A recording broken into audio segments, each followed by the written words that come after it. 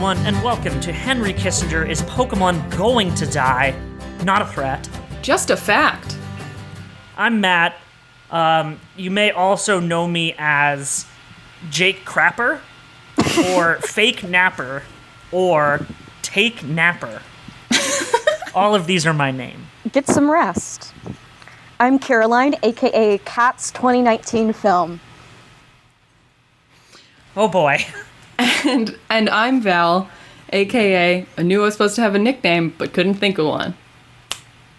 Nice. Your nickname could just be the Flight Cub.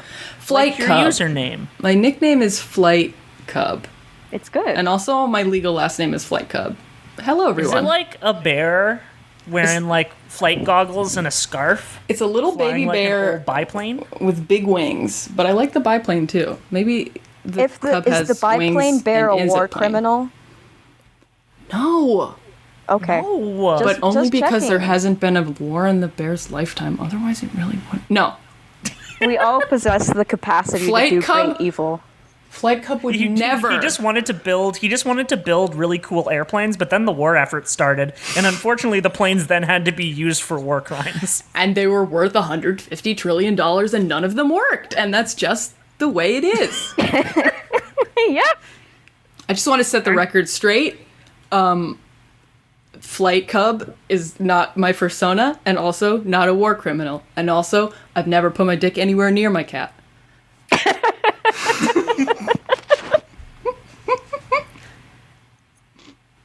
There's a lot of questions being raised by my I never put my dick anywhere near my cat shirt that are already answered by the shirt. It should be already answered for the shirt. Oh, speaking of that, did you see the headline that was like, Congress to ask Pentagon officially whether it released ticks into the public as a weapon? What? Yeah, that's like I did see that headline, and I think my brain just chose not to accept it because I have very few fears and I really like bugs, but I feel like getting a bug-borne illness is a large fear. And I really don't want to, like, you know, get Lyme disease. Mm-hmm. And previously, I lived in a biome that was not sustainable to ticks, but then climate change happened, and ticks started moving north, and now I'm firmly entrenched in tick zone. If it's cold, if you're cold, they're cold. Let them inside. Let them into your skin. Yeah. And then their head will explode and release poison into your blood. Let them into your pool, which is inside. Now, did they say anything about in which way these ticks were weaponized? House of Representatives orders Pentagon to investigate whether U.S. experimented with weaponizing ticks and spreading Lyme disease. Okay, where would they test this? Presumably where a lot of poor and or people of color live. Yeah. Yeah, I guess that... Like, as they have done for the past ever. Like, they're just gonna go release them in the Bikini Atoll just to say fuck you again to the people suffering from, like, years-long radiation sickness. Mm-hmm. They're just like, well, we already fucked these guys up once, we might as well just do it again. Right. I also, something about the phrasing of weaponizing ticks and spreading Lyme disease kind of sounds like it's two different things, which makes me think that they're creating a bioweapon to spread Lyme disease, and also they're figuring out if they can throw ticks at people. So like It's so just like a some gun. sort It's of, a gun. some sort It's a of gun that tick fires so many trebuchet ticks. is what I'm hearing. Yes. Just a huge... It just throws a tick bomb, which contains 100,000 ticks. Let loose the bugs of war. That's what they say before they throw the tick at you. Yeah. Yeah. The fog of war is actually just the swarming cloud of ticks falling towards you. Yes. You hate to Because see it. it burst in midair. Mm-hmm. You really do hate to see it. And then you don't see anything because the ticks land on you because you were looking at the fog like an idiot. And they suck all the blood out of you in 5 seconds, like that episode of an anime where that happened. The mosquitoes. No? Which anime is this? I really, I'm on your side here. I wish I knew what I was talking about. But My brain offered me just a small nugget of information. Hey, that happened. It didn't want to elaborate. No further questions. That's a at this time. protective measure. Okay. My first thought when you give the phrase weaponized ticks, before considering the obvious of using them to spread Lyme disease, is nanobots. Like, they're just putting some nanobots up in the ticks. And Black what are they doing with those Mirror real. nanobots? Tracking us. So As if they don't already know where I a am. tick is like a Gundam for a nanobot. Yes. Reverse Gundam because See- it's a little robot in a fleshy. Yeah, reverse That's Gundam. true. It is Holy a shit. reverse gun. I'd watch that anime. I would listen to a podcast by people who watch that anime. Do you want me to like totally reverse course and bum everyone out? I would, Yep. please. Yes, please. I would love to. I just want to, like, since we didn't actually have it anywhere in our show notes, I just want to, like, extend the, like, condolences and horror at what happened to Kyoto Animation. Mm-hmm. And I swear to God, it's going to turn out that this is some weeb that was mad about an anime decision. I don't know if this is accurate because it's just a tweet I saw, but I saw that it's like the biggest mass murder since the war in Japan. Yeah, I did see God. that. It's like the death toll's like over like it's like 35 right now. Yeah. Okay, it's still 33. Okay, but like that's still a lot of people, and it is like just a really really horrifying event. And there's not really much else to say Yeah. about it. That's just I'm- me pivoting course right there. I'm nodding solemnly, but you can't hear it on the mic. Yeah. But yeah, So just like go, I don't know, consume some Kyoto Animation projects like K-On! Because K-On! Is good. It's just some girls who are in a band together. It's cute. So more bad news. In case you didn't know, at this point, July 18th, 2019, the president might be kind of racist. oh my God, what? Why did he say I something don't- problematic? I don't know if we can call the president racist. Just his words and actions and just, you know, the things he says and does And the are people he racist, but we don't know what's in his heart. We had some greatest hits of news media figuring out euphemisms for the extremely tortured euphemisms for the my word God. racist. And I think the New York Times or the Washington Post had a lead that was like, Donald Trump this afternoon gazed upon the dry kindling of America's race relations, and as he so often does, lit a match with his plenty kerosene or some like, what Oh the my fuck, God. dude? That doesn't mean anything. Donald Trump's racism is like a burrito hitting your windshield. Okay, how about this? Racism is like a lit flame. Mm-hmm. In the film Dumb and Dumber, Okay. and Trump is the fart escaping the ass of Jim Carrey. Now that I understand. That seems like politics that's digestible to the layperson. Yeah. Just farts escaping the ass of Jim Carrey. And that's yeah. And the fire is racism. It all checks out. Yeah. So And as Jim we- Carrey is America, and as the fart gets lit by the fire, it singes the butthole because it leads right to the. I've never seen the movie that you're talking about, so He lights a fart. Oh, Puts that's a pretty lighter funny. in front of his butt, and then he farts. farts in the fart. And then it makes a big flame. That's pretty Okay. funny. So you were saying?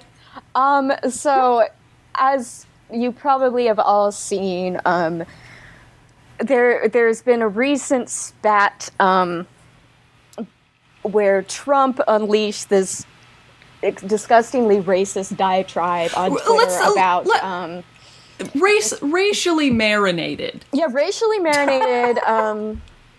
But it wasn't cooked racistly. It was just only racist. marinated racistly. Just a light racist breeze rustling through the leaves of America, saying that 4 congresswomen of color, 3 of whom were born here and 1 of whom was born in Somalia, should go back to the crime-infested and totally corrupt countries where they came from. And over the past couple of days, that has escalated to the KKK rally in Greenfield, North Carolina last night, where a bunch of fucking hogs started chanting "Send her back" about Ilhan Omar.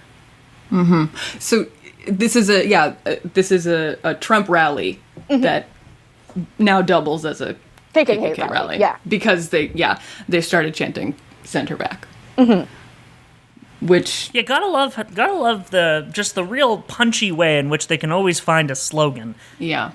You don't understand these circumstances, have to hand it to them.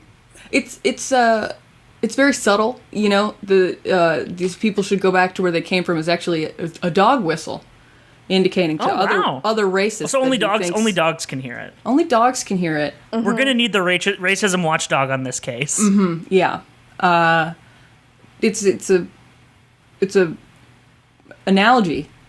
It's a way of signaling to other people that he also thinks that being brown or black makes you not American. So yeah. Which if you really read into it sounds racist. The ones that were literally born here. Yeah, I understand how if you're like not like very versed in this stuff, you like wouldn't pick up on this at all. But like it's actually racist. When I can't fucking believe this shit. Did you guys see what Pelosi said today about? Pelosi was asked to comment on the "send her back" thing, and she said, "We already like addressed Trump's comments in our racism resolution yesterday. We're not going to address this again." And then Trump actually condemned it stronger than Pelosi did. Trump like sort of tried to walk it back a bit, even though he obviously like is just basking in the being this white nationalist savior figure in this adoring crowd. He said today that's like, oh yeah, I didn't like it when they did that. I didn't say that. I didn't like it. But Pelosi he has a slightly better sense of optics than the person who's supposed to be the savior. He didn't like the chant, but like he can't pretend that he didn't wasn't racist enough. Yeah, and all of the like the sniveling neocon worms. I don't know any of their names except for Ben Shapiro, but there's like a Ryan guy. There's like a Matt Walsh. There's a bunch of different awful conservative guys on Twitter who are posting today like, I often disagree with Ilhan Omar, but that doesn't mean it is okay to threaten to deport a citizen for their expressing their First Amendment rights. And it's like, okay, so you clearly see the writing on the wall and see that they're trying to get her killed, and you're trying to back off so you can claim that you didn't that you weren't responsible for this, like you obviously are.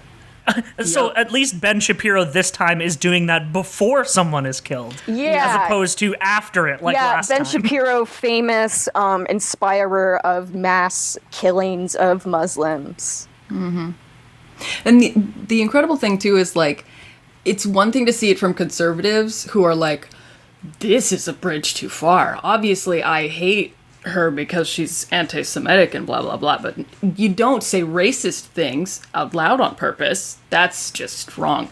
But then also, like, almost every Democrat that's tweeted about this, like, addressing the issue at all, have, like, had to start their tweet with like, well, I don't agree with a lot of what Ilhan Omar says, but or if they don't directly say Ilhan Omar in their statement, they'll be like, I condemn racism in all its forms or something. Right. Or like the rhetoric has gotten too toxic.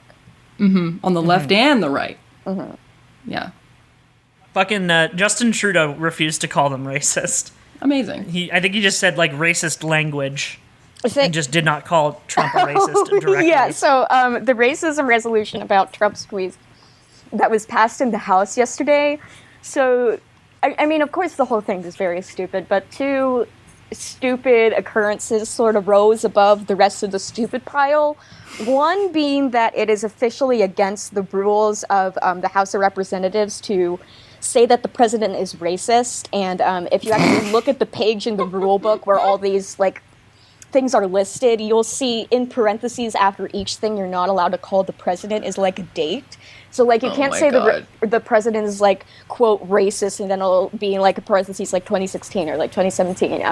And like you can't say the president is a misogynist, and that's in parentheses 2016 or 2017. And then another one I saw was you can't say the president doesn't care about black people, and in parentheses 2005, of course. Amazing. Oh my god. So it's like literally just Republicans getting their feelings hurt so that changing the official rules to make sure that, because they really think that to Republicans, and I mean like this is obvious, but being called a racist is like being called like a name. It's not like a descriptor to them. It's like it's like the worst thing you can call them is a racist. Yeah.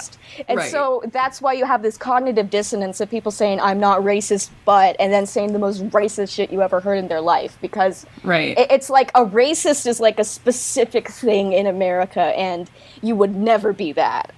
No. Okay. So that was in the rule book, and Nancy Pelosi, when she was speaking, called Trump a racist anyway, and so she wasn't allowed to speak on the floor for the rest of the day. They had to put her in timeout. Yeah, she had to put a big cone on her head. Yeah. It's like like in both Canada and Britain, there's like a literal like amendment for unparliamentary language, and it's very funny to think about that. Just like putting them in a cone and then having them sit in the corner for a little bit. I think the official phrasing is like out of order or something, like out of the order of Congress. And then I'm just going to say it. Let Congress say fuck. Let Congress say fuck.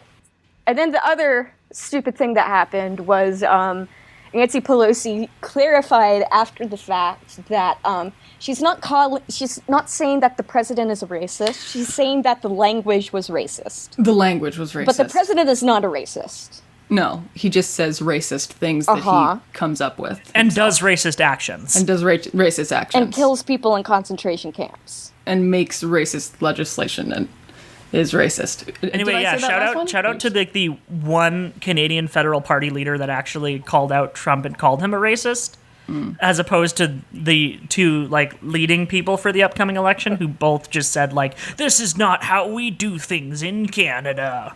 In Canada, we just have all our indigenous reserves on boil water advisories because we've refused to give them proper funding. That's how we do our racism, is by chronic underfunding. Well, that's, technically a different way. Also, shout out to NDP MP Nikki Ashton for her tweet. This is what a fascist looks like, disgusted by the racist, xenophobic rhetoric by Trump and the way he emboldens so many to hate rather than take on a system that is pushing many further behind. Shout out. Nice. She's good. There were a couple of Democrats as well that did say specific things. I didn't write down their names, but there were some that were explicitly like, this is bad and racist. Oh yeah, but Bernie today posted a picture of him with Ilhan Omar, and he was like, we were watching like Trump's rally together last night, and I was just like amazed that it just like rolled off her back when they started chanting "send them back," because I am just constantly bowled over by the moral courage that Ilhan Omar shows every day. Oh yeah, there's never been another politician that I've seen like her. She's head and shoulders above the rest of like the four in terms of just being morally courageous and her opposition to empire, and even though like she is the biggest target right now. Yeah. She has not backed down in any way, and I'm excited to see her continue to do work because, well, we need more people like that. The Democrats need more people like that in their party, and it's super good that like there's going to be like no primary challengers that will be properly funded because the DNC literally made a moratorium where if you tried to primary any Democratic candidate with like more progressive options, then you get completely blacklisted. It's great. Nancy Pelosi, retire, please. Although there's like it's really funny. There's an agency that ended up popping up in like the shadows of that, which are basically just like, we're going to find campaign staff for people who are blacklisted.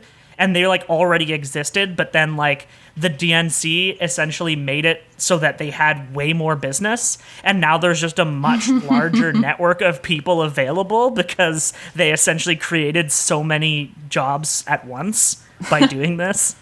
So it's impossible that's to going to say bite them in the ass, I think. That is very good. That's what I hope for anyway. It's hard to hope that anything will happen.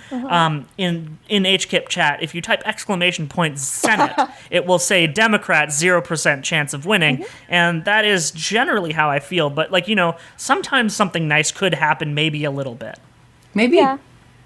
So, final word on whether Trump's comments are racist or not. You know who's a real expert on racism? Who? Richard Spencer, who was invited on Yeah. CNN to Kind of his discuss bread his and butter. hot take on Trump's tweets after being completely invisible from public life after getting knocked the fuck out at an inauguration. 2.5 years ago. As he deserves. He got punched so hard, he got punched 2.5 years into the future and landed in front of Jake Tapper. And Jake Tapper Jake said... Crapper. Oh, sorry, yes. Fake Crapper. And so, yeah, I could not make myself watch the segment. Did anyone watch this segment? No. I was No. not going to watch that. I just know it happened. That. Yeah, there's no fucking way in hell I was gonna watch it. But yeah, I saw there's like CNN invites open white supremacist on their show, and I'm like, oh, that really sucks. And it took me until 2 days later to actually notice that it was Richard Spencer because he looks like shit. He always good. looks He like looks so shit. fucking bad. I don't generally like to just go on appearance, but like, he very prides himself on this shit. Like, his whole shtick was being like the dapper white Nazi, nationalist. Yeah, he's the dapper Nazi, and he looks like garbage. Yeah, he Yeah. does not wear... He looks like he sleeps in a race car bed. He doesn't like- own a single item of clothing that fits. He looks like he ate Oreos for breakfast. He looks like he's gotten 8 hours of sleep in the 2.5 years that we haven't seen him. He looks like garbage. Like, just so bad. Yeah. Yeah. I did not recognize him at first, but yeah, fuck you, Jake Tapper. Yeah. That's really it. An additional note on fuck you, Jake Tapper. Jake Tapper published, after the racism resolution passed yesterday, Fake Crapper published a long tweet thread about, here are the House Democrats may have seemed unified today, but behind the scenes, all of them are like bitching to me anonymously, and here's like what they're all saying about like how like the I really don't want to say the squad because I cringe whenever I see it, but I guess that's what we're calling them now. It's like they're taking all the attention away from like important issues, and they're just handing Trump victory after victory. And then Yeah. at the it was like 12 tweets, and at the bottom of the thread, journalist Alex Perini asked Fake Crapper, "Hey, Take, did you? It would be weird if you didn't like contact these congresswomen's offices for comment about these anonymous allegations, because Take Japper has previously gotten really, really, really upset at journalists for circulating the anonymous report that apparently, from hearing from other sources at CNN, apparently, this might surprise you, but apparently Jake Tapper has a really big problem with Muslims. So anyway, that's a note for another time. And Jake Tapper responded to Alex Perini's question saying, yes, we did reach out to the offices and we have not like heard back from them. But Ashley Feinberg, queen of online, thought that sounded a little fishy, so she called all 4 women's offices, and she said 2 of the 4 said that they had not been contacted by Jake Tapper, and 1 said that they had only been contacted by Jake Tapper after the tweet was posted, calling him out. So that's your Jake Tapper update. Just, what a fucking spineless piece of garbage. Yeah. Very, very cool. And speaking of white nationalists on television, Meghan McCain, Carrie Bradshaw ass, had to make this about her. On The View, said that she did not like what Trump had said about Omar because the problem right now is you're taking away my agency to criticize her policy. You're making this about race, xenophobia, racism, she added, blah, blah, blah. So basically... Instead Which of is making it not about- what Meghan McCain's problem was. No, sirree. Right. She's like, you can't tell people that we're doing it racistly, because then we have to stop doing it. Yeah, she astounds me every single day. It's Every single day. everything bad is The thing happening that to Meghan amazes Meghan me the McCain. most about it is that she didn't mention her dad. In that She managed to particular get through that whole sentence without saying, "My father."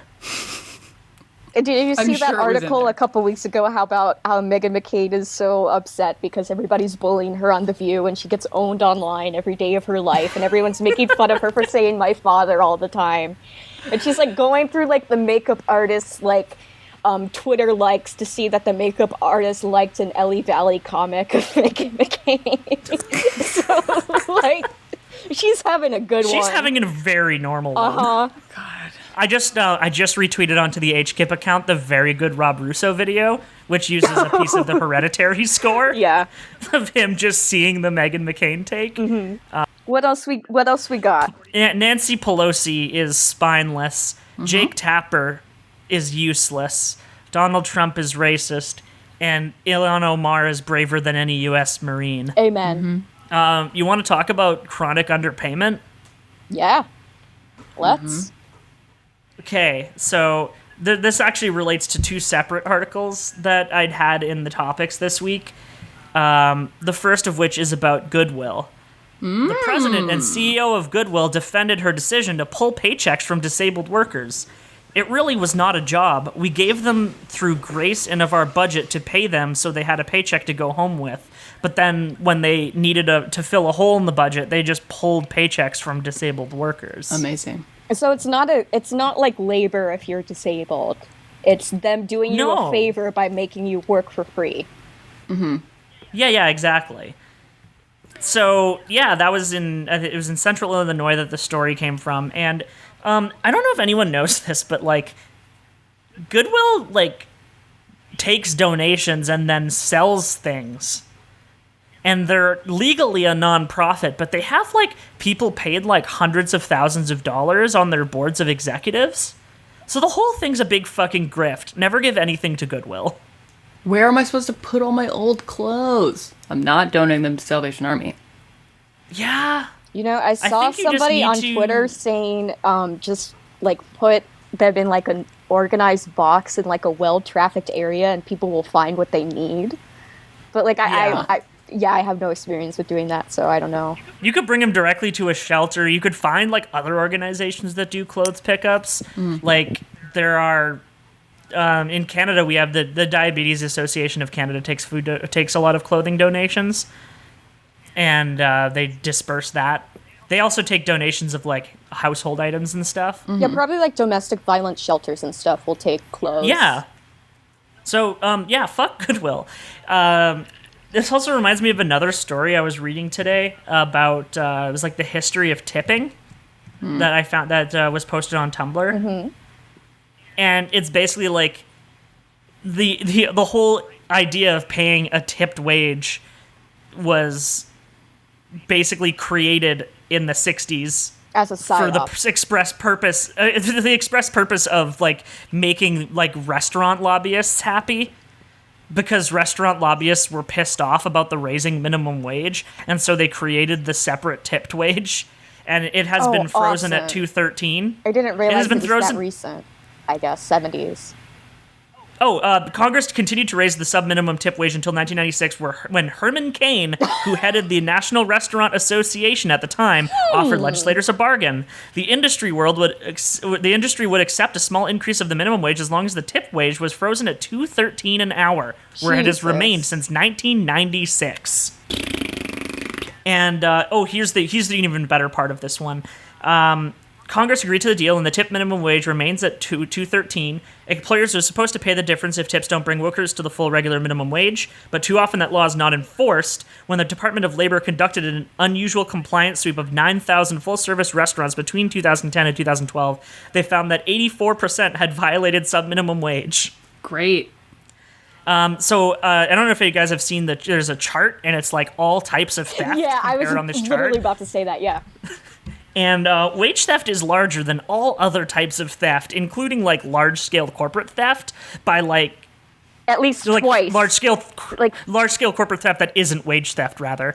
More than twice like the remainders. It's like 66% of all theft that has ever happened is wage theft. Wow. And that's legal That's the illegal wage theft. Then consider the legal wage Jesus theft. That is the Christ, fact yeah. that minimum wage has not kept up with inflation in any meaningful way. You're allowed to pay disabled people sub-minimum wage. You're allowed to pay tip workers sub-minimum wage.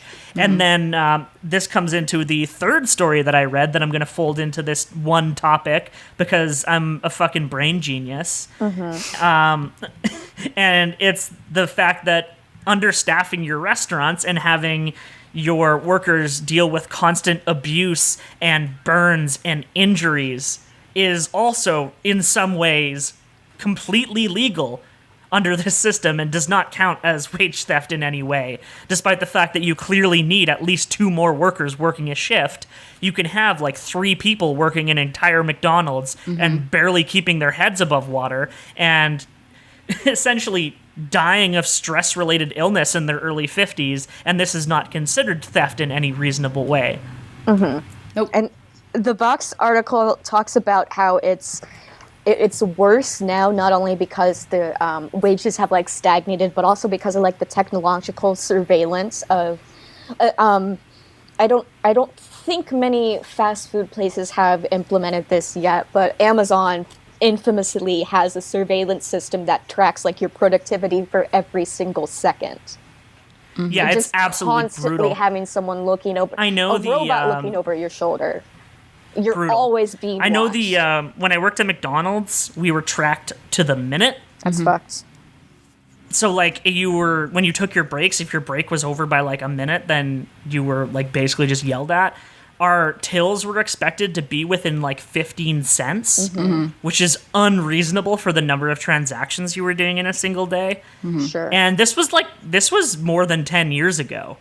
Like, there is no way this hasn't gotten completely worse since then. Oh yeah. Like, we still had like paper time cards and shit at that point. So Yeah, when I worked at McDonald's, it was like orders had to be done in a certain time frame, and it was like the ideal was like 70 seconds or something. It was like completely undoable. But Didn't yeah. like a really long time ago on HKIP, I think it was Linus, but I'm not sure. Someone worked at Tim Hortons and talked about how they had a set. definitely Linus. like, they had, like, Linus worked at Tim Hortons for so set, long. like number of like drive-throughs to like hit, or like a particular number of, or like a minute, or some sort of like time limit on like drive-throughs. So to improve the scores, the manager would just have Linus like drive around the drive-through like a million times. To like the You correct. could just drive in a circle around the drive-thru. So capitalism do is it the for, most like, 4 efficient way to hours. distribute resources. It's merit-based to me. I'm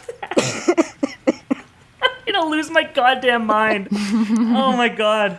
Every time I heard a story about his managers there just being like, because like Tim Hortons net doesn't really run that many corporate stores, like it's mostly franchises. And so like the franchise owners, I mean the owners generally are garbage, but the managers don't give a hot shit about like anything. They just want to make their numbers. Oh, and sure, the yeah. kind of shit that they have to do that.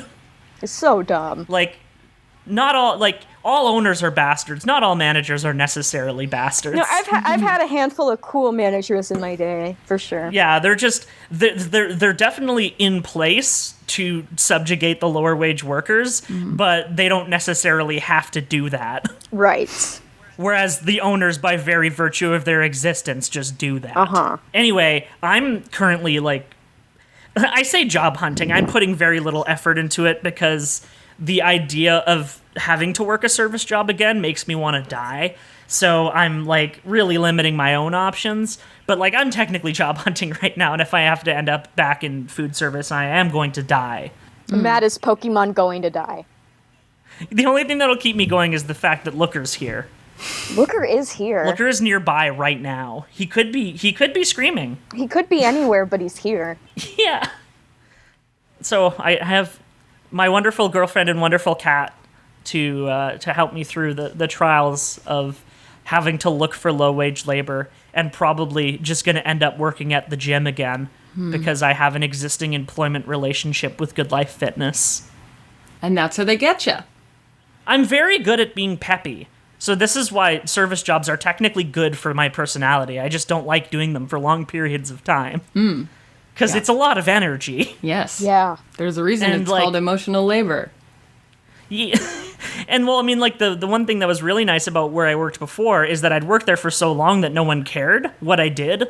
So I could just like swear and eat food at the desk and go on my phone and no one really cared. If I were to get a job at a different gym where I didn't know the manager and I wasn't literally older than the manager and thus the manager did not care what I did, I feel like I'm not going to get that kind of leeway again. Yeah. Like you have to build that kind of leeway. God, I wish Yeah, that sure. were You, me. you have to find a place where cool people work, I guess, or a cool manager. But that's almost impossible to do if you don't already know one. I'm just missing. I'm missing my data entry job. I got to type up people's tax returns for like $19 an hour, and I could listen to podcasts for 10 hours Holy shit, straight. that sounds God, like a that's amazing. It was fucking amazing.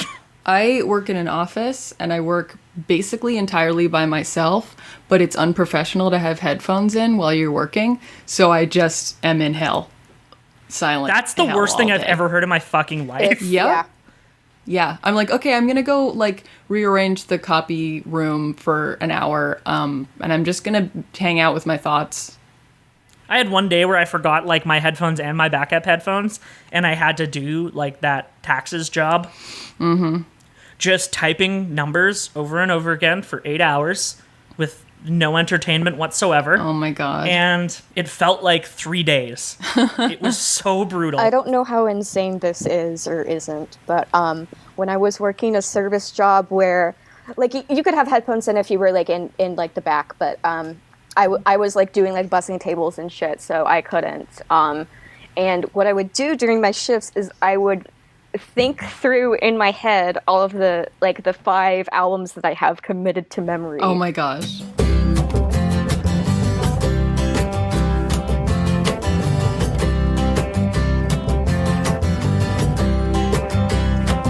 All right,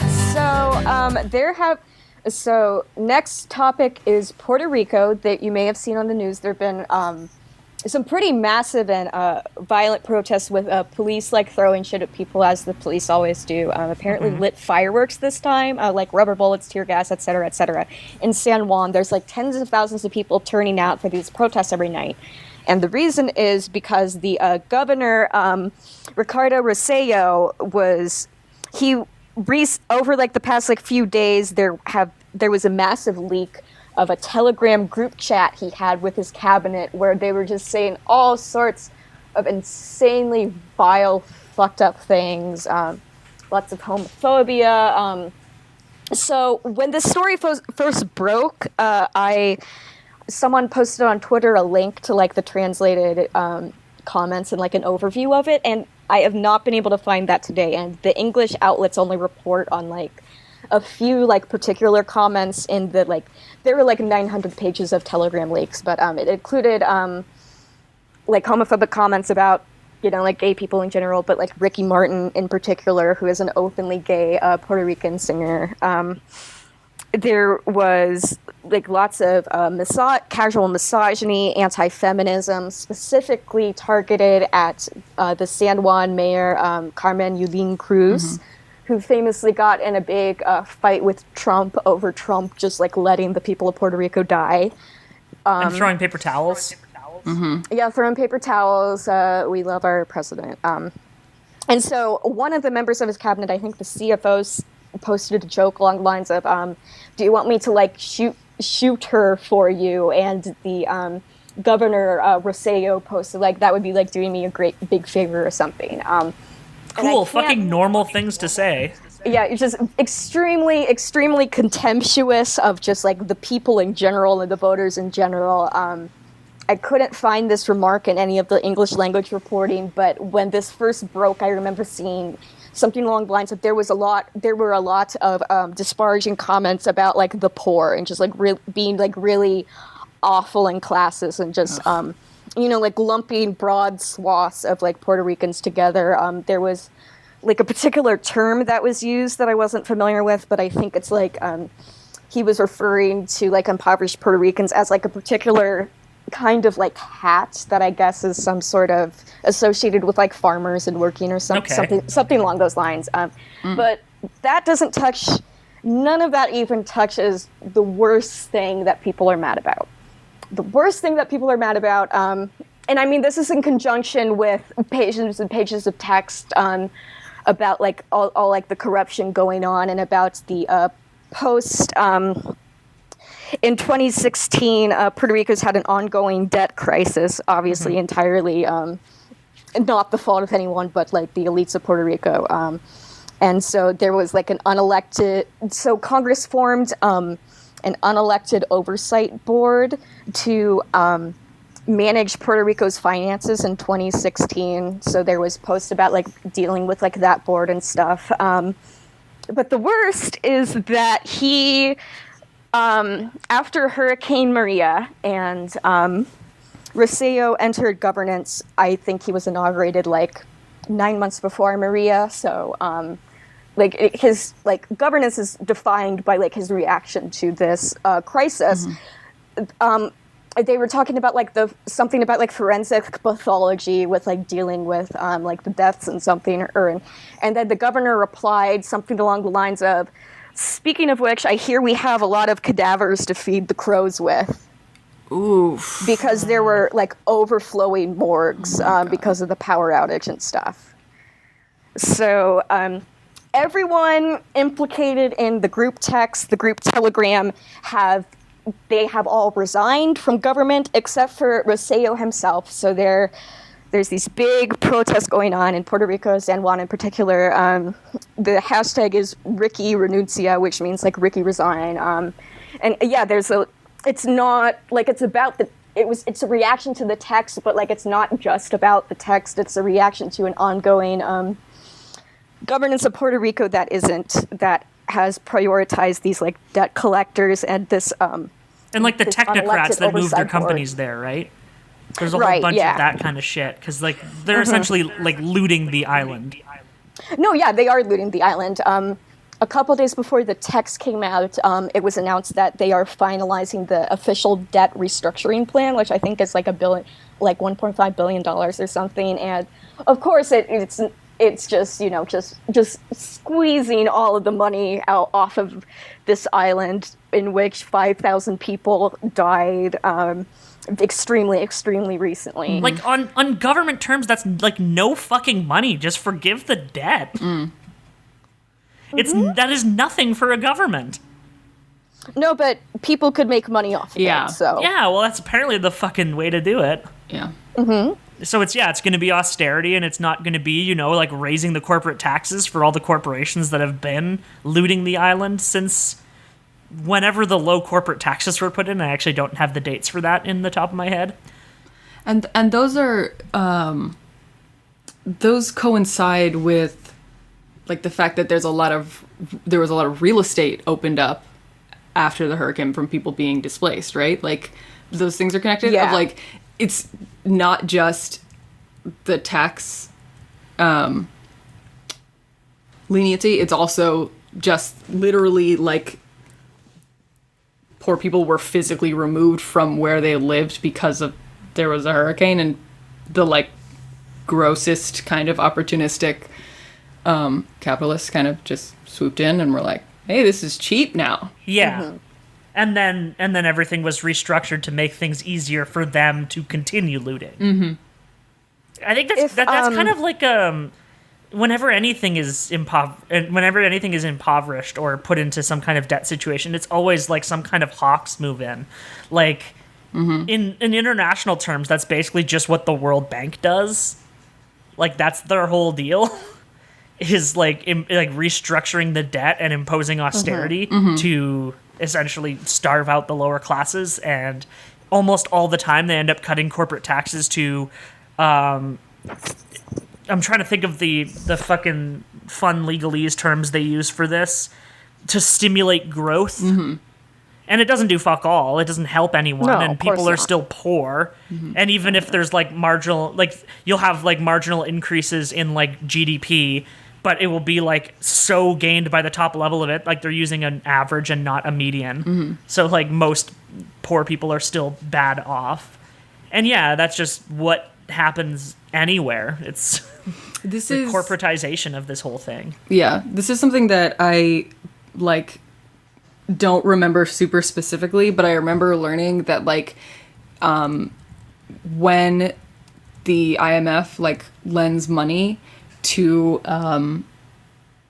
countries that it deems are like developing or whatever, the first sign that that money is being used the way the IMF thinks it should be is actually a slight increase in inequality before all the boats start rising with the rising ocean or whatever that Rising tide lifts all boats, etc. Before that starts happening. So they like it's not a secret. Whereas, like, if you look at any kind of competent economic theory, it's like good wages to the low class is the rising tide that has always lifted all boats. Right. Stronger union membership is the rising tide that has lifted all boats. But for some reason, they think like giving money to rich people is the way to do it. Oh my god, this just made me remember something that's not on our topic list this week. Yeah. Okay. The fucking Notre Dame fire. Interesting. This is an article on The Guardian, who are generally shit because they generally employ a lot of TERFs. And there has been a lot of shit about that lately. God, so this is not a praise. So bad. This is not a praise of The Guardian. Under no circumstances do you have to hand it to. No. This is a specific praise for Aditya Chakrabarty, which is the guy who wrote the article. So the article has a very obvious headline. The lesson from the ruins of Notre Dame is don't rely on billionaires. Really? That is the lesson of society. So jot of which that we down. live in. Yes, exactly.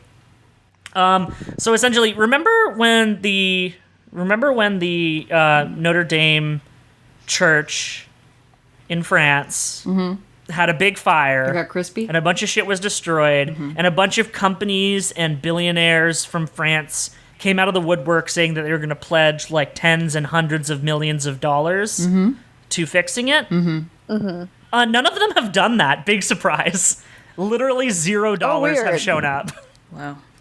God, that's very good, but I gotta say my favorite empty billionaire promise of all time, reigning champ of the pod, Elon Musk. Thai cave submarine. Yeah, no. Let's He is go. still the number one. He is the number one. Oh, I would. I mean, I feel like that's tied with close second to him saying, "I can fix the Flint water." Oh yeah, system. no, he did was also like, say I could that. just, I can just give them the money for it, and people were like, "Great, you should." And he's like, "I'll do it. Don't tell me to do it. I'll do it." And they're like, "Yes, please do it." That's exactly, kid. That's exactly where this story is going. Because basically, what it came down to is that the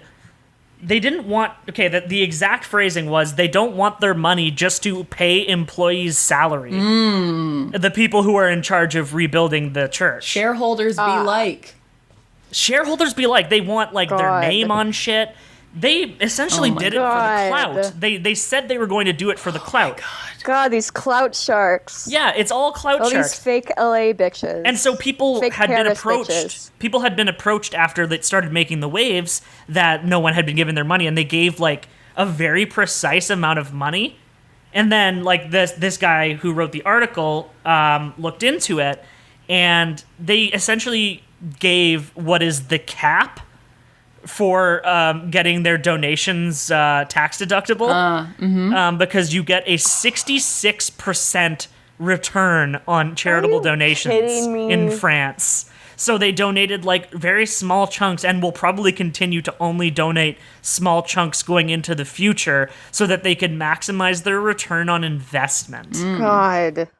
You know, I think there's something in French history that can be used to remedy. Yeah, really. Situation, and so, possibly. like, what this article continues to do is draw parallels between this situation and political donations to companies like to things like Emmanuel Macron's En Marche party, who were like praised as like the kind of the return to like some good liberalism, but then have done nothing but cut corporate taxes. How's that going?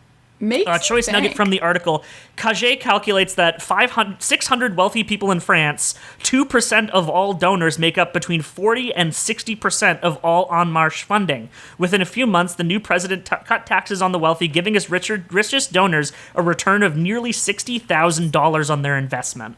60,000% on their investment.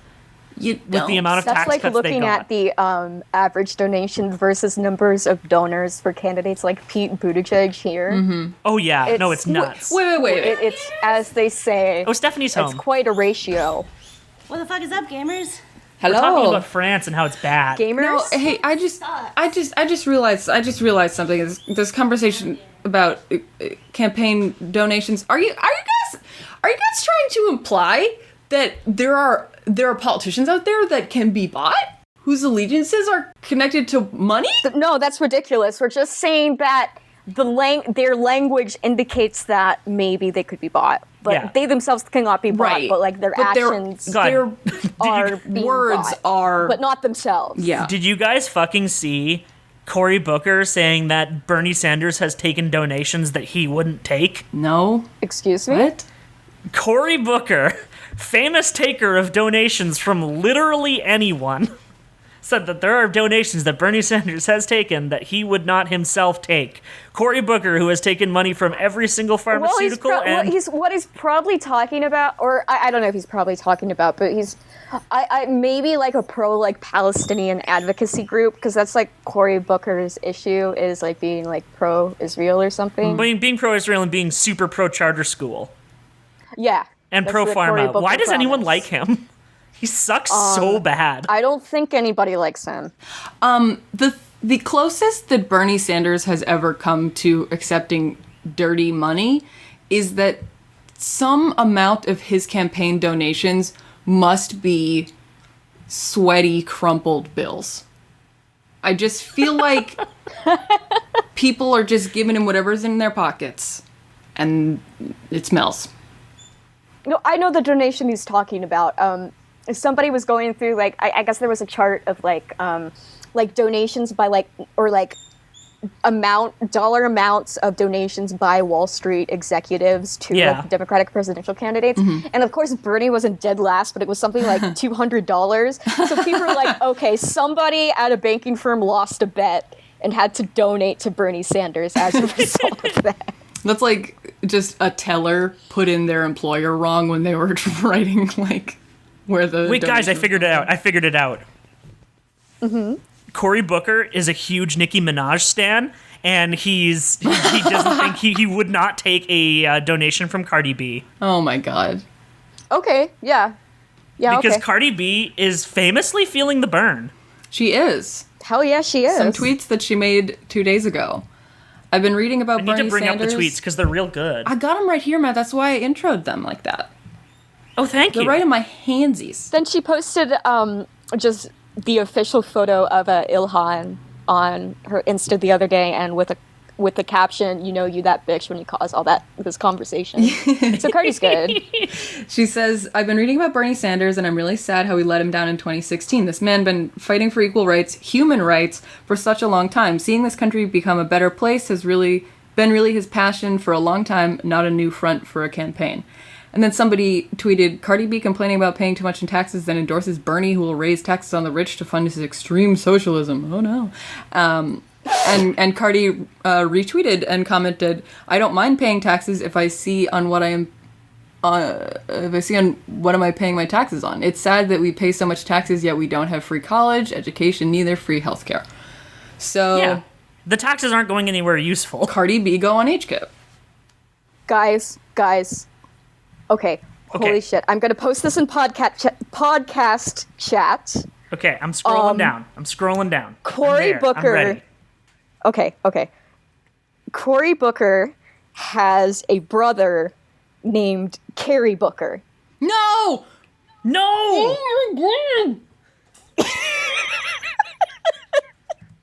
That's the same man! Store brand Cory Booker looking. Cary Booker, and he looks the same as Cory. You just added a line to his name.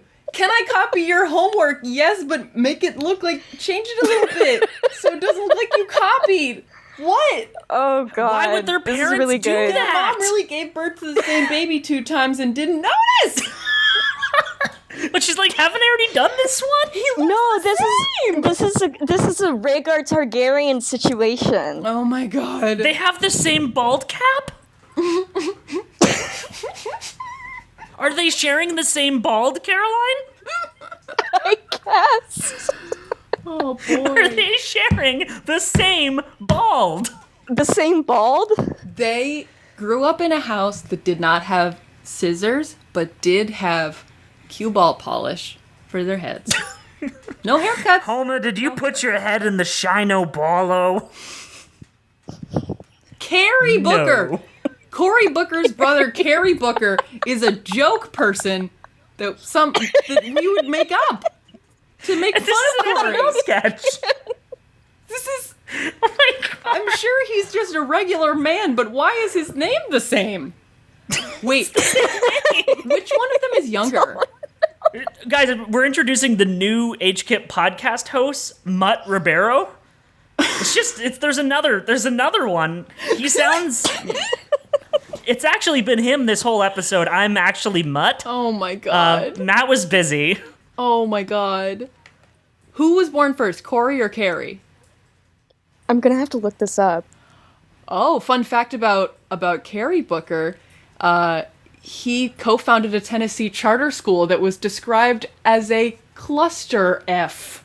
As good. In order to close, You're in allowed to swear on this 2016. podcast, you know. I'm just quoting the article that did not swear. But let Val say Okay. fuck. The charter school was described as a clusterfuck in order to close in 2016 for poor performance. Gosh, I wish that were half of the Democratic candidates for president. Yeah. His mom's name is Carolyn? His dad's name is His Cary, dad, and his there's mom's Carrie, name's Carolyn, Carolyn. Cory, and Carrie. Cory and Cary. If I'm they had a losing my sister, goddamn they mind. should be Caroline or Coraline. She'd be Coraline. I guess I'm a Booker now. You're a Booker. Have you been Yeah, a I think secret you're legally a Booker Booker. this whole time? Yeah. Oh man. Oh, fuck. Damn, guys, I guess I like charter schools now. They're just like Targaryens. You get They just keep two. using the same name slightly different. Yeah. Get They just two. made 2 sons with the same name. Can't believe this. This is a groundbreaking discovery. All right, let's see. Okay, guys. We're dancing around it right now. We have to get to it. Game of Thrones has 32 Emmy nominations. Well, that's because it's the best. It's a lot. Wait, did you know that Cory Because Booker it was is really 50? good and everybody liked it. Cory Booker's 50. Cory Booker is 50. Also, I tried to look up how old his brother was on Wikipedia, and Cary Booker does not exist on Wikipedia. Whoopsie. Yeah, Cory Booker is 50. I don't like Sure. it. Let's start talking about Game of Thrones again. Something that we really like. Yes. They have shout out to Gwendolyn Christie, who had to submit herself for an acting award God damn. But Amelia Clark and Kit Harington because didn't Benioff and have Weiss it. are bastards. And if she wins, I'll be okay. But if Lena Headey wins that category, I'll also be okay. They're the only Yeah. people who deserve their awards. Yes. Actually, you know what? Alfie Allen. The technicals deserve their awards. Alfie Allen, but like for this season? Yeah, I know, but he's really good, is the thing. Yeah. He's been, like, consistently good. Oh, just as a little follow-up, Cary is the older one, so Cory got the second place name. He got the second place. And name. now he's the more famous now one. he's the more famous one. Now he's the one with the Wikipedia article. If they have a Interesting. third one, would he be Cary Booker? I think so. Cary Booker. It would be, what's an A with a line on it? Cary Booker. Yeah. Cory wait, Booker. And yeah, no, Stephanie is right. Lena Headey did very much just sit at a window and drink wine all season, but she did it very well. You know what? She's valid. Yeah. She's so valid. I want to do that too. And I also want to have a single brick hit me and I die instantly. Because It then I is don't have to very deal with funny. either of the upcoming elections. How most of the like leads on Game of Thrones famously had to do just like an absolutely grueling film on the famously short Long Night episode, which is like a nighttime battle scene. The Long Night is where one it was night. like raining all the time and lots of cold, and they filmed the whole thing at night. So It they was were a all 48-day miserable. shoot. And Lena's just chilling with her Chardonnay in the cool Mediterranean climate, having a great time. Yeah, she was great. She hasn't had to be on like the Ireland sets since season 1. Wow. Truly queen of Fucking good for her. brew a chamomile wine and log off. Do you want to talk about some fun modern colonialism? Cool. Yeah. Yeah, sure, let's. Yeah, so this week in Hawaii, construction was supposed to start on a planned telescope at the summit of Mauna Kea, which is one of like the tallest mountains and one of the most sacred mountains to the native Hawaiian people. And this has been like an ongoing controversy for some time about why the telescope like should not be built against the wishes of the native Hawaiian people. But this week they're officially moving forward with it. But yeah, there's a lot of Hawaiians out there doing like peaceful protests and blockading. This morning, I think, or yesterday morning, I think between 20 and 30 Native Hawaiian elders were arrested because they chose to put themselves on the front lines of actually physically blockading this road, as opposed to like the younger people. They chose themselves to like go and get arrested for that. So the fight continues. I saw a picture today and it was like, the journalist who posted the picture was like, this looks like every single cop in Hawaii is present here. Yeah, naturally every cop is just signing up to fuck up some Native Hawaiians, even though there's definitely many Native Hawaiians among them, because that's how cops be. ridiculous amount of police just deployed. There was And, some like, private property. that Correct me needed if to I'm be wrong, but protected. there's like already some telescopes on this mountain now, right? There's already like 13 telescopes on the mountain. Right, because There's it's like just it's not a one, famously I think, good at the very location. summit. And yeah, it's not that they're protesting against any further desecration Yeah. of the mountain because the Because mountain they've has already been fucking desecrated done a million it. times.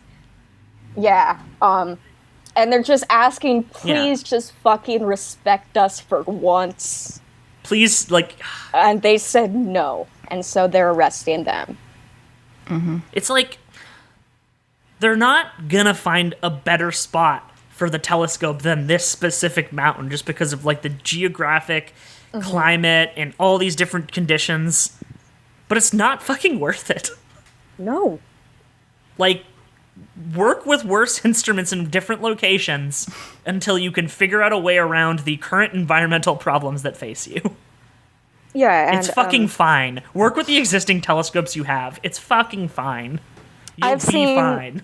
stuff about how this has largely been framed in the media as like, oh, these like native people like versus like the scientific community, as if those are like two like opposite sides.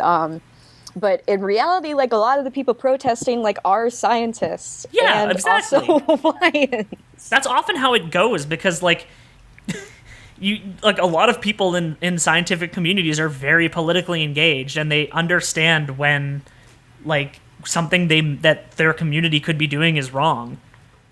Like my friend who's an archaeologist knows when a site is not somewhere you dig, Sure, yeah. and also understands where like artifacts should be repatriated to native countries. And like the way that they're framing this is as if every archaeologist disagreed with that notion when the vast majority of archaeologists agree. Like Yep. it's such a bad framing. It's And of it's a course, like, disingenuous framing, I think is the Goes best way without to put it. saying, an extremely racist framing. Oh yeah, of course. Extremely racist. Yeah, well, yeah, because like these were unceded lands, like the lands of the mountain when Hawaii was essentially forced to becoming a colony after the Yeah, overthrow illegally of the last overthrown king. and annexed. Yeah. So, yeah, it's Yeah, the it's United almost like States it's like a flip continues- side of the coin. It's like a flip side of the coin of like Puerto Rico's situation, in that like Puerto Rico. Well, I mean, not even a flip side of the coin. They're two sides of the same coin. In that they're both like occupied by the United States. Hawaii was recognized as a state, and yet still has to face all of this. Whereas Sure. Puerto Rico just didn't even get the state recognition and still gets shit all over. It's like almost like what's statehood gonna do? It's just another way of colonizing. Yeah, the Democratic governor of Hawaii is for the telescope, and he was giving a statement today about how, like, these protests have to, like, stop or something. So, thanks to the Democratic Party. Yeah, the Democratic Party famously useful at all times. And then, let's see, what else we got here? I think that's about it, isn't it? Unless we got some shout-outs. FaceApp is a Russian psyop. Oh, yes. Instead of addressing literally any of the other problems in the country, including but not limited to concentration camps in which at least like 30 people have died in the past couple years, Chuck Schumer wrote a strongly worded letter about how concerning it is that FaceApp is based in St. Petersburg, Russia, and he's calling for Congress to do an official investigation into the origins of the app that makes you look like an old man. The one thing about it that I saw that is, I mean, it's stupid and Cold War-y to say it's bad because it's Russian. The thing that I saw that people were freaking out about was that once you use it, FaceApp has unlimited eternal rights to use your face and username and name and information. That's basically how every social media site works. Right, People are yeah. freaked out It's about a- losing it's their an face data to FaceApp. It's an extremely sketchy, fucked up, exploitative user agreement, but so is Facebook and like And literally so is every everything user else. agreement.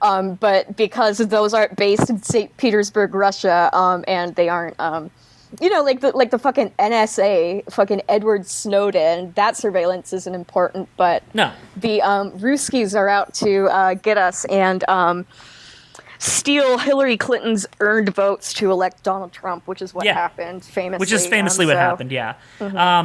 The thing is, I love giving my facial data to the Russian government through FaceApp, almost as much as I love the U.S. government almost assuredly having my full face data from the hundreds of photos unaltered of myself that have been uploaded to Facebook. So you love to see it. That I've put there fully voluntarily. And tagged as you. Wasn't there literally a big article, like not even a social media site, but it was like the fucking DMV is selling your driver's license photos to facial recognition training technology or something? Fucking why not? Why the fuck I not? guess. People were also Sure. people were also suspicious of Facebook for putting a Juggalo filter on their I saw camera, that. whatever thing, because I did see some things about that afterwards. So Because Juggalo people were makeup- thinking like it was going yeah. to allow them to train to get around Juggalo makeup because Juggalo makeup famously does not it famously tricks facial recognition. Whoop, whoop. But what I saw afterwards is one, training it on you can't really train it on the face data because the program itself is adding the makeup.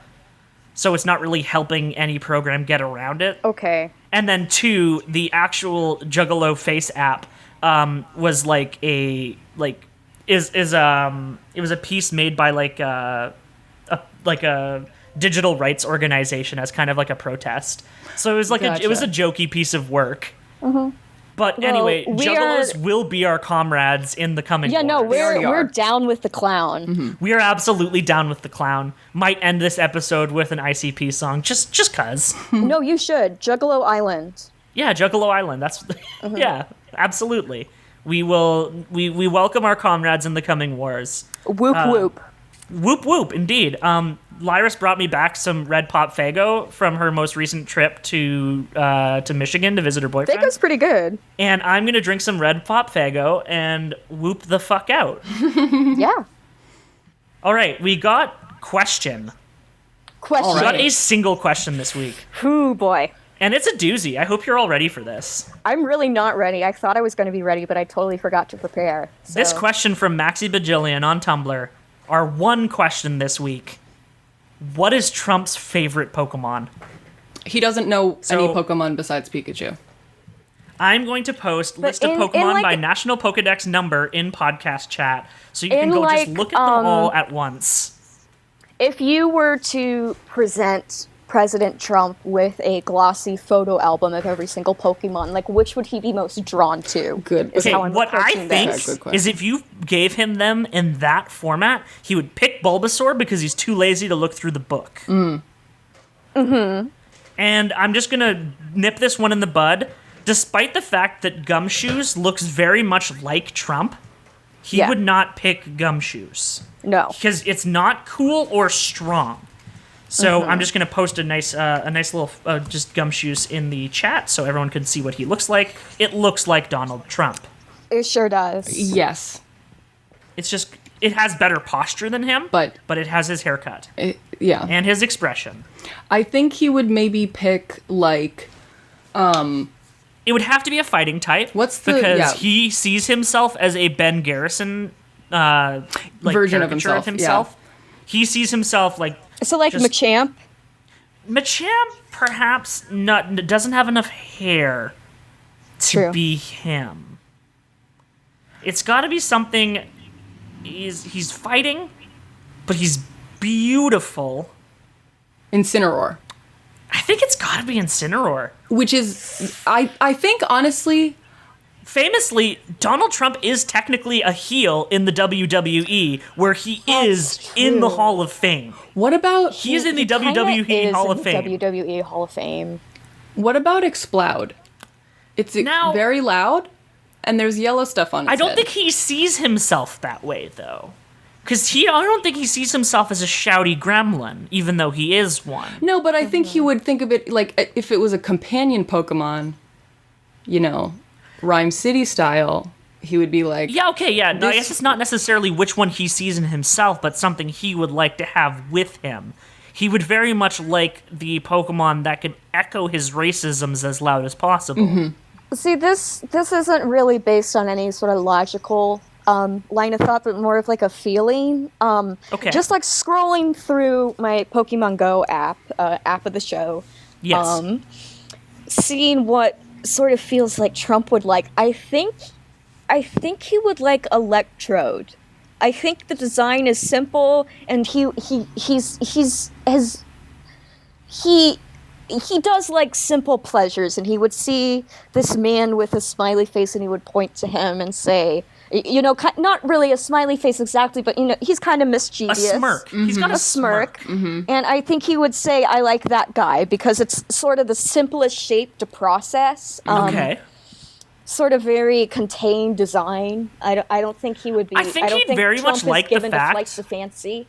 That he is able to draw it. Yeah. This is not something that I raised before, but I think the ability to draw his friend would be very good for him, and I just don't think he has the dexterity for anything more complex than that. oh, I also think that Baron, I know what Baron's favorite Pokemon is, because Trump's son is only 10, but he's great with Scyther. He is great with Scyther. He's great with the Scyther. Great with Scyther. You wouldn't believe it. You wouldn't believe it. Thank you very much, Val. You've already contributed so much. Thank you. I also Baron Trump is great with Scyther. You heard it here first, folks. Yeah. Oh, also, just to say, we love Incineroar. Incineroar is not a bad Trump man of a Pokemon. Just Trump might think that he is as cool as Incineroar is. Yeah, no. See, like, Incineroar famously has, like, the earned heat of the audience. Like, it's not just cheap pops with this man. He is a heel who is truly dedicated, and also it is canon official Pokemon lore that Incineroar loves kids, and when Yes. kids are huge fans of Incineroar, he's, like, super nice Yeah. to those kids. And, you know, he'll just do, like, the joking heel moves at them, being like, stupid kids, and they'll love it because, like, Incineroar's really cool. Incineroar- Trump just hates children and sees himself as a heel because he's just a mean man. Yeah. He doesn't know that it's not real meanness. Yeah, no, the Trump absolutely thinks wrestling is real, first of all. Yeah. Yeah. I mean, it is real, but he thinks that True. it's not scripted.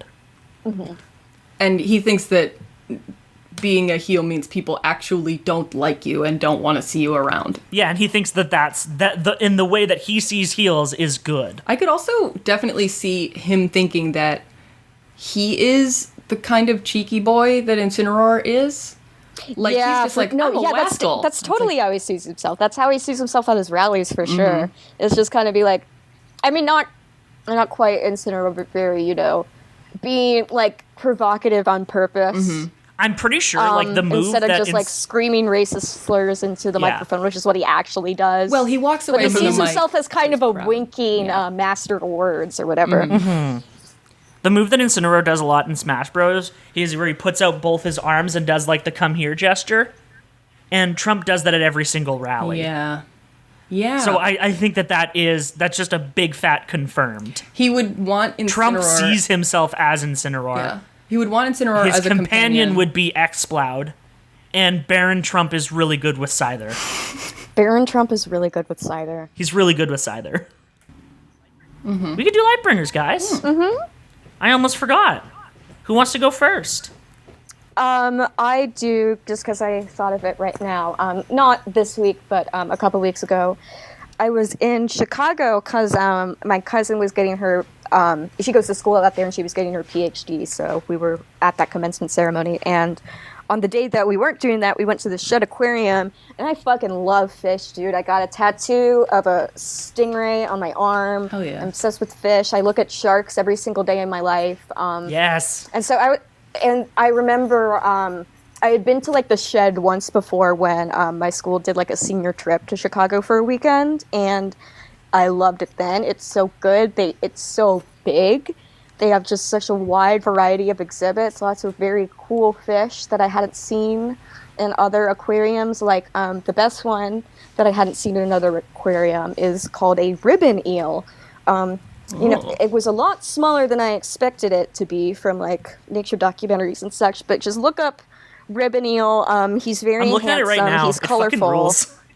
Yeah, I like him. I love his So that's mouth. mine. It's just V. He's colon He's- V. That's the face he does.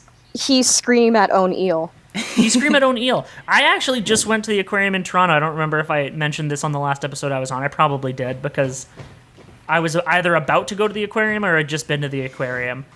And the aquarium fucking slaps, folks. The Ripley's Aquarium in Toronto. Oh is yeah, I very think good. I saw like photos you posted or Oh, you Your saw big group you saw posted. the photo of Justin Tube Doe, I did see Justin Tube though. which for anyone who does not know French, tube d'eau means tube of water, but it's also a pun on Justin Trudeau because Oh, interesting. we were all that's doing the crafty. Trudeau pose that you may know from our Discord, from the very, very good Trudeau emoji. Which it's gotten to the point where instead of saying thanks to each other, we've started just saying Trudeau. Yeah. So Out loud, you I mean? think, yeah. That's good. It's good. And in like DMs and stuff where people can't use the emoji. I mean, they'll just say honestly, mood. Trudeau to me. So, So it's very good. I do like to see it. yeah. My Lightbringer, I'm getting back on that podcast tip. I started listening to the Trillbillies Workers Party. Oh, And I'm just a big fan of listening to podcasts that are like leftism focused in regions in which I do not live and do not know very much about, because it helps, like, just expand my general consciousness of how leftism works in other places. And so this is like an Appalachian region focused podcast. And like I think it's primarily centered around Kentucky. So they talk about Bitch McConnell a lot and how he's the absolute worst. Bitch but then McTurtle? Also, Bitch yeah, Bitch McTurtle. Bitch But like McTurtle. talking about how even like the Democratic like primary challengers for him Or trash. are all garbage, just complete garbage. Like they ran someone the last time that they were trying to unseat McTurtle, who was far more progressive than the person they're running this time, and they got like relatively close, not very close, like just relatively close for a Kentucky Democrat. And now they're just running someone completely milquetoast who's going to absolutely tank. Great. And it's just very interesting hearing about like these essentially areas that are underserved, because red states are generally just written off in American electoral politics as like unwinnable and not worth it.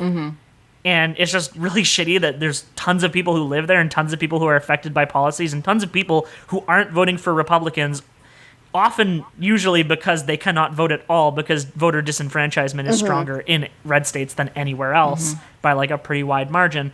And so just like getting essentially the ears to the ground on the situation in other places is really great. So Trillbilly Workers Party, good podcast. I've only listened to the second most recent episode. Another one came out today, which I'm going to listen to later. But so far I really like it. Probably not going to backlog it because I just do not have the time. And also, like, politics podcasts are generally pretty current events. But Right. I would recommend it from what I've heard so far. Awesome. Val, what do you got? My Lightbringer has been the television show Elementary with Johnny Lee Miller and Lucy Liu. It's very good, Ooh, and I like it a lot. Their version of Sherlock is the only true version. It's extremely good. I'm like rewatching it for the second time. I don't have anything else to say about it. It's just good television, and everyone should watch it. And not enough people watch it, even though it does. I've heard it's good television. It does already have 6 seasons, and it's getting a 7th. Yeah. But Network shows are wild. yes, I just can't imagine making episodes of anything that fast What and then if, also watching them. What if Elementary had a secret bad episode? No, it's a secret good episode secret bad episode to make up for all the good episodes. Yeah, It's a funny reverse like Sherlock. BBC Sherlock had a secret good episode, so like Elementary should have a secret bad episode. I haven't. Yeah, it would balance the scales. All I'm going to say, I've heard good things about Elementary. I've heard good things about specifically the Sherlock-Watson relationship in Yes. it, and how it's just really, really well constructed. I've heard Yes. good things about the way Sherlock's like kind of awkwardness is played in a way that's not like just ludicrously offensive. Yeah, he. And also, they don't do anything as stupid as the Mind Palace season. The Mind Palace scene from what is generally considered to be like the good season of Sherlock. Yeah, basically like cribbed from The Hangover, for some reason. Yeah, it's just like the scene from The Hangover. The other thing I want to say is that Sherlock Holmes is a public domain character, and if you don't put him into your story, you're a coward. He is in every story, even if you don't. He should just be in every Realize story. it. If your story does not have Sherlock Holmes and Dracula, you're a coward. Because they are both public domain. Just put them in there. Even if you don't Super think Smash that they Bros. are, has Dracula. they are. But why doesn't Super Smash Bros. Have Sherlock Holmes? Because Nintendo is cowards. Yeah, It's just the facts, people. yeah. Yep. Anyway, now I'm petting Looker because he's nearby. So I bet you all wish you were me. God, I wish that were me. Yeah. All right, so now that we have done Lightbringers, we can get to the closing parts of the episode. So this has been Henry Kissinger's Pokemon Going to Die, not a threat. Just a fact. You can find us on Tumblr and Twitter. It's HKIPGTD. Whenever I'm hosting, I try to like post things I'm talking about as we talk about them on the recording so that they're there when the episode goes up. The Tumblr basically is just posting episodes, and the Facebook just auto-posts episodes. So like the Twitter is really the thing. It's the thing that's used somewhat, whereas everything else is used not at all. We also have a Gmail. It has like 500 unread messages right now, so it's not a perfectly reliable spot. All of these are HKIPGTD as the username. We have a Discord. You can find the link on the front page of Noisespace. That's noisespace.xyz. That is the podcast network on which we are hosted, which is run by this guy, Mutt Ribeiro. Legal name. I'm the brother of Matt Ribeiro. My parents decided that they needed another one just with a slightly different name. Thank you so much, Mitt Ribeiro. We have a subreddit, HKIPGTD, that's run by Bisexual Punch Party. Thanks for setting that up for us. And I'd like to thank the Taxpayers for the use of their song Evil Men off of Cold Hearted Town, which is our opening theme. And we are on Spotify and Stitcher as well if you prefer to use those apps over other apps. It is an option because it's very easy to do that. If your podcast is not on them, you should just do it. So, we also have a Patreon. You can give us money, and sometimes we will give you extra content. You can get that for just $1. If you give us $5, you get access to a special role in the Discord. You can be a comrade, and you get a shout out in the podcast for being such a good comrade. And then at the $10 tier, that's $10 a month, you get an even more special Discord role that allows you to listen to our podcast while we record it, like several people are doing right now. We got how many people are in here? We got 2 people listening in and Stephanie listening to me talking just from the other side of the room. This podcast is at least 1/3 good. It's at least 1/3 good because Stephanie can hear it right now. She can't hear you guys, but she says that I'm good and you guys are better than me, so I think we're doing great. Oh, shucks. And so the shout-outs go to our $10 and $5 patrons: Roan the Other V. Berg, Dr. Activisionary, Burgermeister, Stephanie Ruff, Pregnant Seidfeld, David Besser, Alex Schaup, Six Arm Sweater, Bryce, A Sexual Fish Tank, Ashy New, Nick Verne, Alex Hoot, Dick Butt is the Real Jesus, Maximilian Rower, Tufster McGee, Kangaria, Bryant, Mogu, Nick Clarkson, Kadeho, Florian Siegel, Destry Hawk, Siberian Pine Hardwood, Pierre the Disaster, The Tallest Jew, Michael Weems, Non-Binary with Left Beef, Summer Geist, Dijonais, Chaz Goblin, Paul Blart Fleshcart, Ollie Anders, and Ellen the Anarcho-Lalandist. Ellen, you could change your name, but you're still going to get called that every time I'm hosting.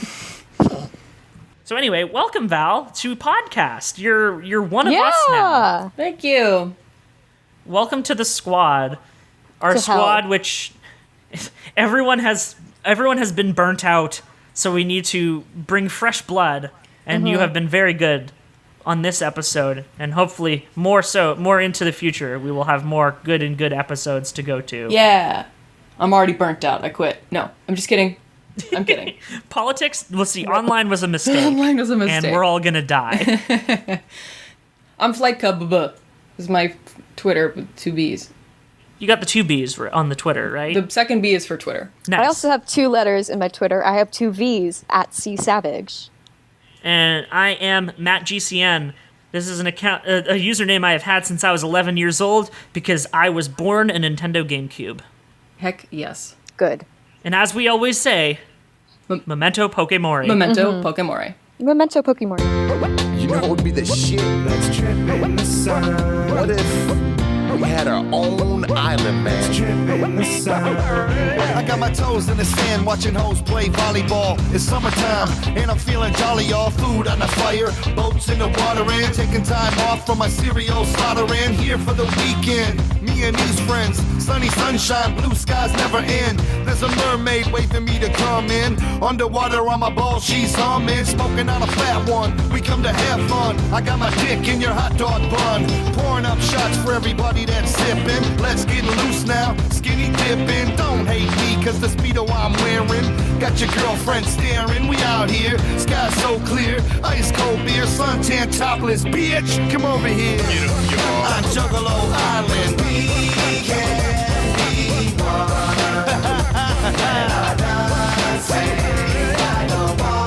On Juggalo Island. We can have fun. We can let go. Let me go to my Twitter. Just going to my Twitter.